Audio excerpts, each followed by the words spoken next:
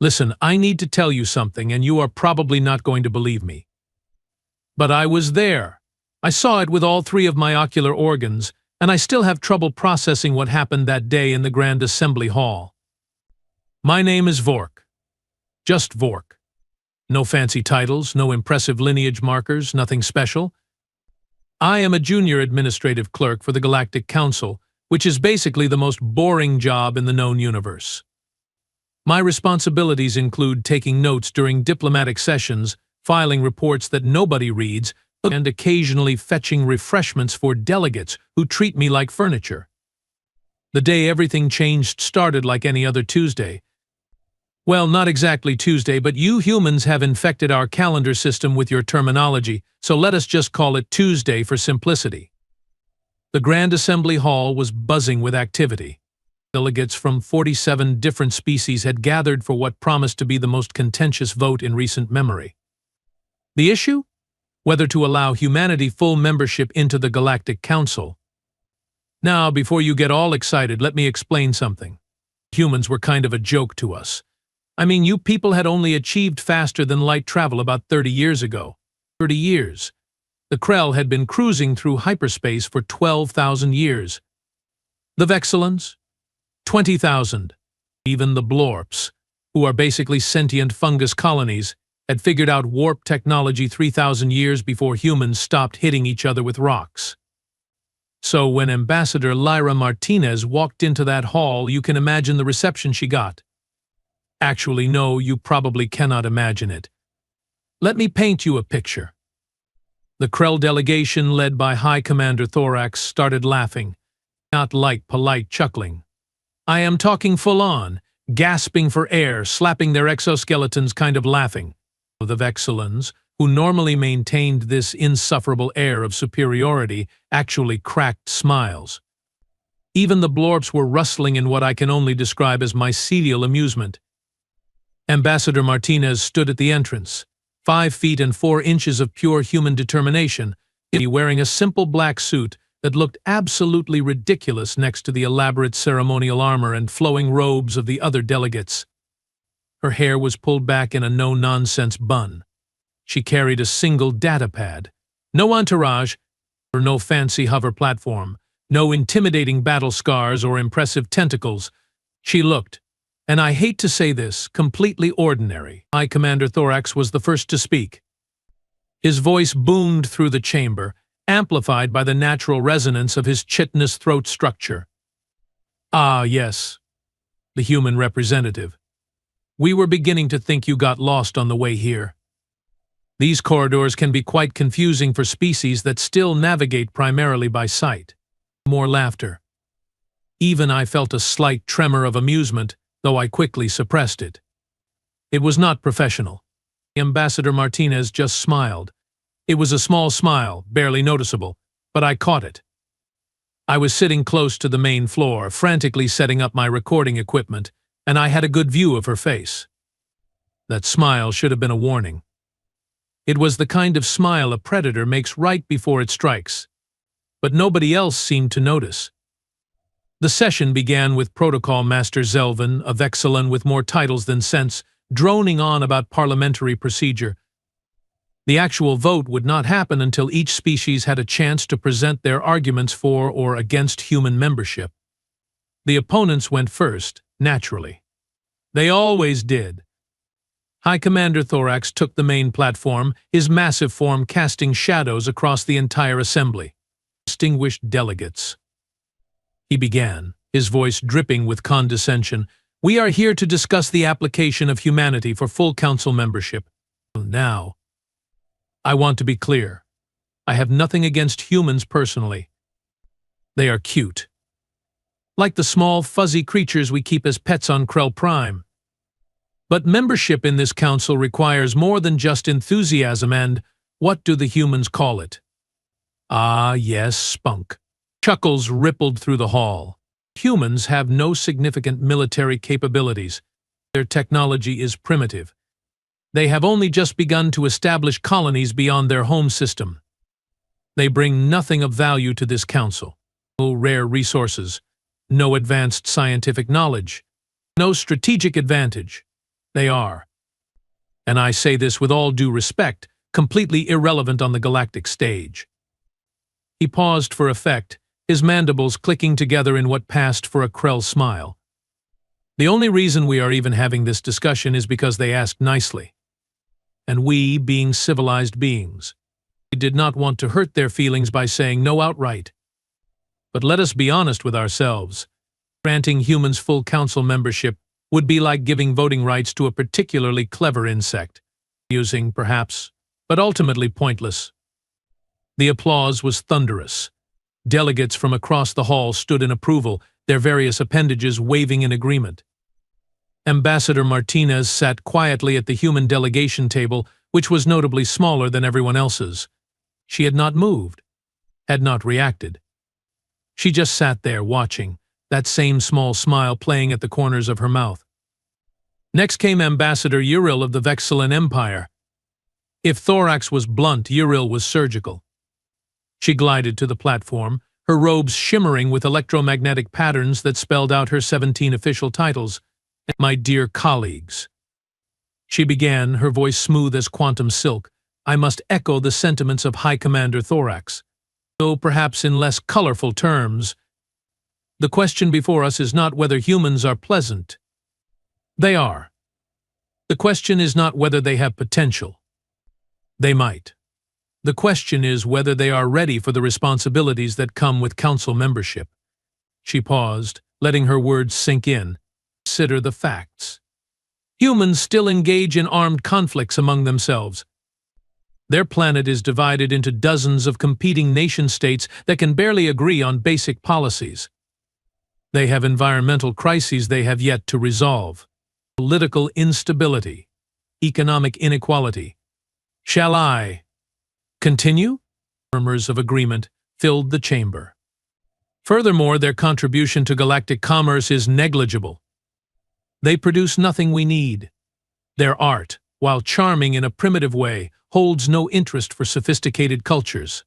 Their science, despite their recent breakthroughs, lags centuries behind our own. What, exactly, would they bring to this council except another voice demanding resources and attention? Uriel's holographic displays showed graph after graph comparing human achievements to those of other species. Every single comparison made humanity look pathetic.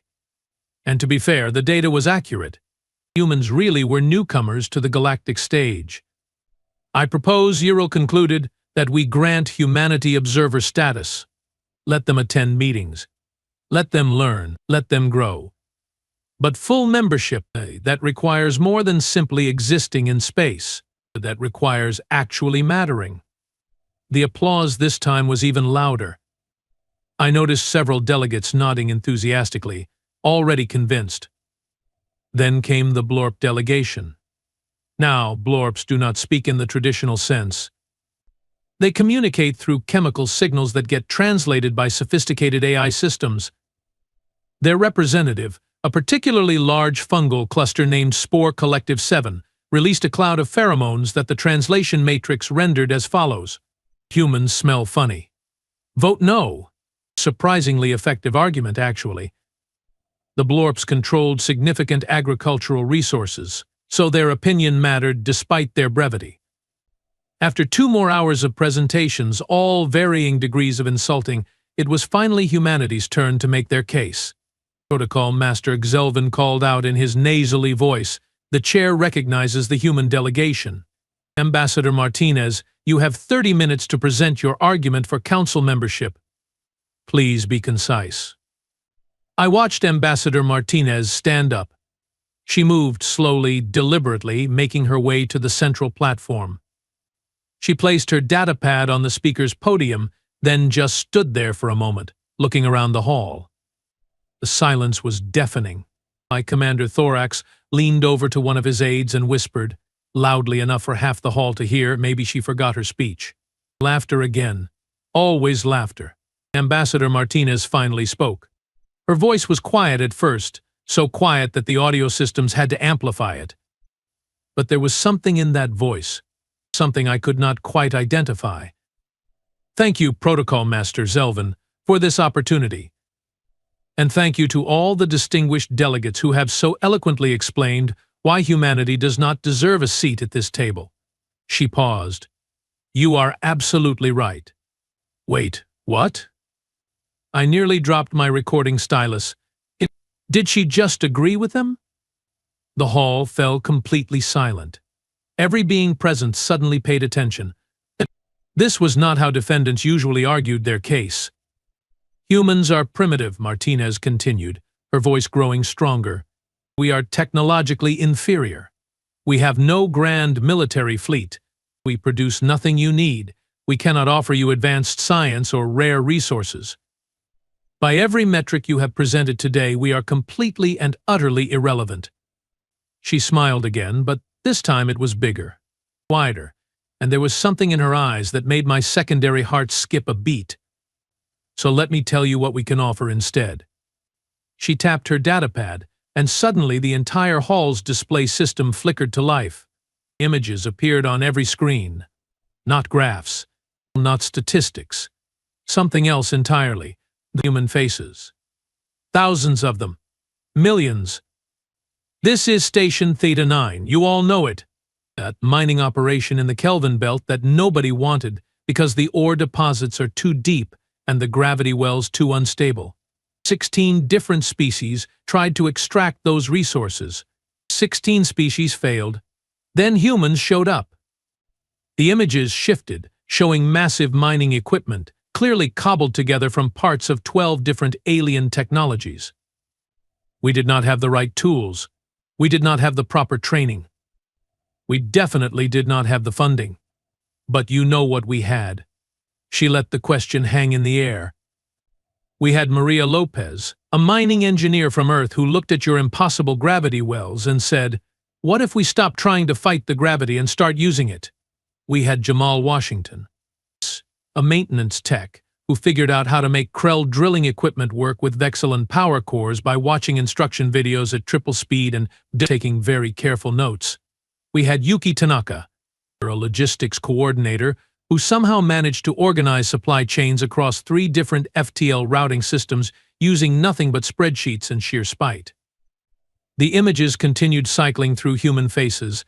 Each one looked tired, dirty, and absolutely determined. Station Theta 9 is now the most productive mining operation in the sector. It employs workers from 23 different species. The ore we extract feeds manufacturing plants across 15 star systems. And every single credit of profit gets split fairly among the workers. Because that is what humans do when we build something. We share. High Commander Thorax shifted uncomfortably in his seat. Ambassador Martinez was not done. This is the medical station on Praxis 4. You remember Praxis 4, right? That colony world where a bacterial outbreak killed 3,000 Krell colonists before anyone could figure out what was happening. More images. This time showing human doctors and nurses working alongside alien medical staff. Your scientists said the bacteria was too complex to synthesize a cure quickly. They said it would take years of research. They said we should just evacuate the planet and let it burn. Her voice hardened. Dr. Rachel Kim said no. She and her team of human medical researchers locked themselves in a lab for 72 hours straight, barely sleeping, barely eating. And they cracked it. Not through superior technology. Not through advanced AI modeling. They did it by trying every single possible combination of compounds until something worked. Brute force applied to a problem nobody else cared enough to solve. The images showed Krell's survivors, healthy and alive. Those 3,000 colonists you were ready to abandon? They have families now, children, grandchildren. All because humans are too stubborn to accept impossible odds. I noticed several Krell delegates were no longer laughing. In fact, High Commander Thorax looked distinctly uncomfortable, his mandibles clenched tight. But Martinez was just getting started, and I had a sinking feeling that the next 25 minutes were going to be very, very interesting. Ambassador Martinez was on a roll now, and the atmosphere in the Grand Assembly Hall had shifted from mocking amusement to something else entirely. Uncomfortable attention, maybe? I frantically took notes, my 3 fingers cramping from the speed of my transcription. This is colony ship Perseverance, Martinez continued, and the screen shifted again to show a massive vessel, clearly damaged, listing in space near a red dwarf star. You all received the distress call 6 months ago. A Vexilon passenger liner carrying 12,000 civilians suffered catastrophic engine failure in the middle of nowhere. No nearby stations. No rescue ships in range. Everyone on board had maybe 48 hours before life support failed. I remembered that incident. The Vexilon Empire had scrambled their fastest rescue vessels, but even they would not arrive in time. It had been all over the news feeds. A tragedy waiting to happen. The Perseverance was 3 weeks away, Martinez said quietly. It's a human colony ship, barely 2 years into a 5-year voyage, full of families heading to establish a settlement on New Terra. The captain, James McKinley, received the distress call and had a choice to make. The images showed the interior of the colony ship, families, children, people who had invested their entire lives into this journey. If the Perseverance diverted to help, they would burn through supplies they could not replace. They would delay their mission by months, maybe years. They would put their own colonists at risk. Any rational species would have done the math and said, "Sorry, we cannot help. Too costly. Too risky. Not our problem." She paused, looking directly at Ambassador Uriel. Captain McKinley took exactly 4 seconds to make his decision. 4 seconds. Then he turned that ship around, pushed the engines past recommended safety limits, and got there with 11 hours to spare. His crew worked non-stop for 3 days to repair the Vexilon engines using parts they scavenged from their own ship. Parts they needed. Parts they will never get back. The screens now showed Vexilon civilians being transferred, alive and well, to rescue vessels that finally arrived. 12,000 Vexilons went home to their families that day. And you know what Captain McKinley said when the Vexilon Empire offered him compensation? He said, "Keep your money. Just promise me you will do the same for someone else someday." I glanced at Ambassador Uriel. Her electromagnetic patterns had stopped displaying her titles. In fact, she looked like she was trying very hard not to look at the screens. "But wait," Martinez said, and there was definitely an edge to her voice now, a sharpness that made me sit up straighter. "Let me address High Commander Thorax's concern about our military capabilities. You are absolutely right, Commander. We have no grand fleet, no planet-killing weapons, no armies that span solar systems." She tapped her datapad again. "This is Captain David Foster, a human cargo pilot. 3 months ago, his ship was intercepted by Krell pirates near the Outer Rim. Yes, Commander, your species has pirates. Surprising, I know, considering your people's legendary honor and discipline." Oh, that was savage. I tried not to smile but failed miserably. My Commander Thorax's entire body went rigid. Krell pirates were a massive embarrassment to the Krell military establishment. They rarely acknowledged their existence in public forums. Captain Foster was outnumbered, outgunned, and flying a cargo hauler with exactly 0 weapons systems. The pirates demanded he surrender his cargo and his ship. Guess what he did? The screen showed sensor logs from the incident, displayed as a tactical recreation. He pretended to comply, opened his cargo bay doors. Then, at the exact moment the pirate boarding craft entered his bay, he vented the entire cargo hold into space while simultaneously initiating an emergency FTL jump with the bay doors still open. My jaw dropped. That was insane. That was suicidal. That violated about 47 different safety protocols. The explosive decompression destroyed the boarding craft. The FTL jump with open bay doors created a spatial anomaly that disabled the remaining pirate ships. Captain Foster lost his cargo, lost his ship's cargo bay, and spent the next 6 hours in an emergency vac suit making repairs in hard vacuum. But you know what he did not lose? His life, his freedom, and his refusal to surrender to criminals. She looked directly at Thorax again. "We may not have your military might, Commander, but we have something far more dangerous." We have humans who will turn a cargo hauler into a weapon rather than accept defeat. The silence in the hall was absolute. You could have heard a quantum particle decay. Martinez was not finished. Now, let me address the Blorp delegation's concern. You said humans smell funny. Fair point. We probably do, from your perspective. Our biochemistry is different. Our pheromone signatures make no sense to you. We probably smell like burnt toast mixed with confusion. A few nervous chuckles rippled through the hall. Even Spore Collective 7 rustled with what might have been amusement. But here is the thing about humans and Blorps. 3 years ago, a fungal blight hit the Blorp agricultural colonies in Sector 8. Your food production dropped 80%. Millions of Blorps faced starvation. The Galactic Council held meetings, formed committees, discussed relief options, debated resource allocation. Her voice took on a harder edge. While you debated, Dr. Emily Torres, a human mycologist, spent 3 months living inside a Blorp colony, breathing your spores, eating your food, studying your biology at a level that made her violently ill for weeks. She isolated the blight pathogen, engineered a counteragent using modified earth fungi, and deployed it across all infected colonies in half the time your own scientists said was possible. The screens showed Dr. Torres, looking exhausted and covered in some kind of bioluminescent fungal growth, but smiling. She still smells funny to you, I am sure. But she saved millions of your people, while the council argued about procedure. Spore Collective 7 released a burst of pheromones. The translation came through as point taken. Ambassador Martinez walked away from the podium, pacing slowly across the platform. When she spoke again, her voice was softer, but somehow more intense. You want to know what humanity brings to the Galactic Council? Fine, I will tell you. We bring stubbornness. We bring creativity.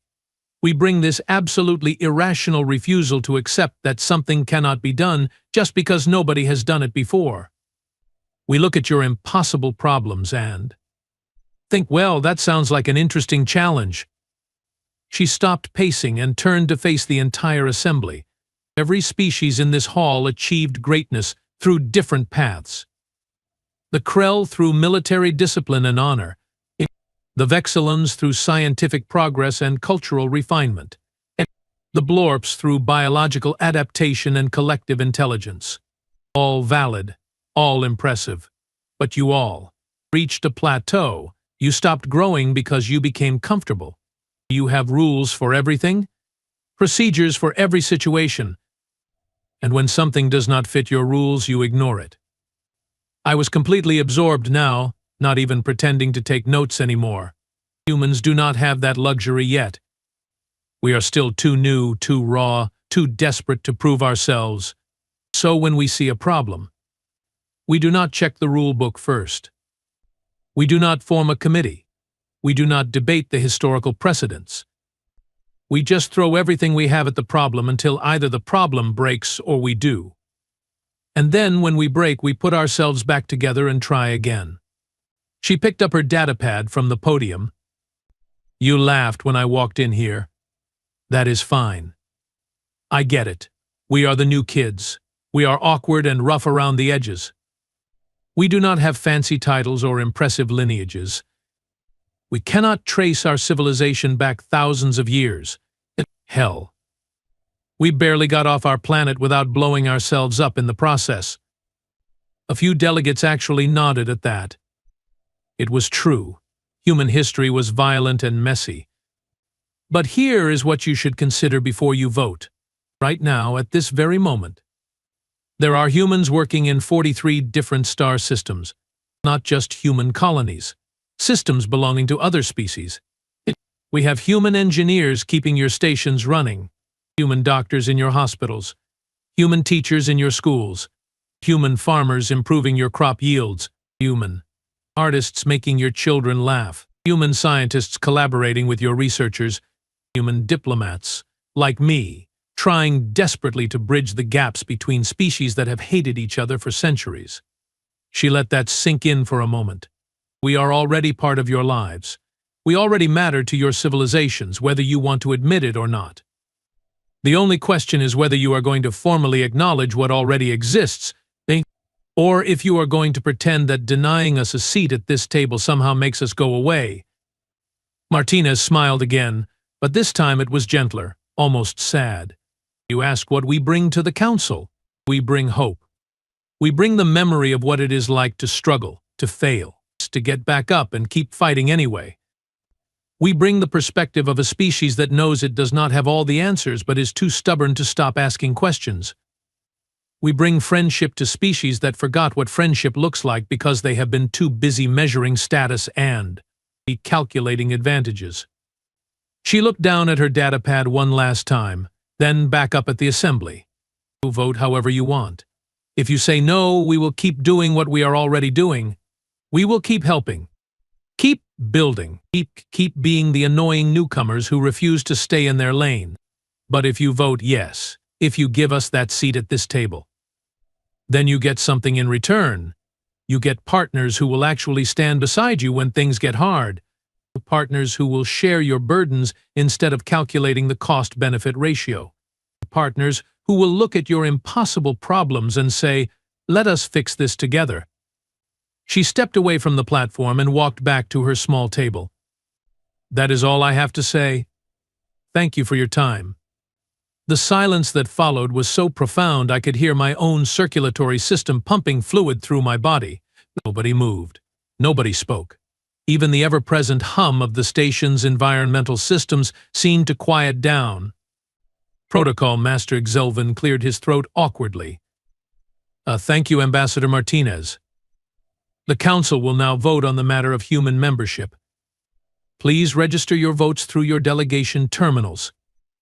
I watched the voting board light up. Green for yes, red for no, amber for abstaining. The first few votes came in quickly. Several minor species voted yes immediately, probably species that had direct experience working with humans. But the big players, the ones whose votes actually mattered, were taking their time. I held my breath as High Commander Thorax's terminal flickered. Red, I was sure. After everything, after being called out on Krell pirates, after having his military prowess questioned, there was no way he would vote yes. Green. My jaw actually fell open this time. High Commander Thorax had voted yes. Ambassador Yril was next. Her terminal glowed amber for a long moment, and I thought she would abstain just to avoid making a decision. Then it switched to green. Spore Collective 7's vote came through as green as well, accompanied by a pheromone burst that translated to, "Humans smell like potential." The votes kept coming in. Green, green, amber, green, red, green, green. When the final tally appeared on the main display, I could not believe what I was seeing. 41 votes in favor, 4 votes against, 2 abstentions. Humanity had won. The hall erupted in chaos. Delegates were arguing, celebrating, protesting all at once. Some species were demanding recounts. Others were already approaching Ambassador Martinez to congratulate her. The blorps were releasing celebratory spores that made the air shimmer with bioluminescence. I just sat there, stunned, watching history happen in real time. Ambassador Martinez stood at her table, and for the first time since she entered the hall, she looked genuinely surprised. Maybe she had not actually expected to win. Maybe she had just come here to make a statement and figured losing with dignity was good enough. But she had not lost. High Commander Thorax approached her first. His massive form towered over her, but somehow Martinez did not look small anymore. "Ambassador," he said, his voice low enough that only those nearby could hear, "you made me remember why I joined the Krell Defense Force in the first place. Not for glory, not for status, but because I wanted to protect people who could not protect themselves. We have forgotten that. Thank you for the reminder." He extended one of his primary manipulator claws. Martinez shook it without hesitation. Ambassador Yril was next, gliding over with her usual grace, though her electromagnetic patterns seemed more subdued than before. "That cargo ship captain," she said quietly, "the one who saved our civilians. I have a sister who was on that liner. She has 3 children. I voted for this measure because of your speech, but I should have voted for it the moment you walked in, just because of what your people already did for my family. I apologize for my short-sightedness. Martinez smiled. No apology needed. We all have blind spots. That is why we need each other. As for me, I filed my report, documenting every word, every vote, every moment of that historic session. My report would be read by bureaucrats across the galaxy, but that was fine. Let them read it. Let them know what really happened here today. Because today, humanity stopped being a joke.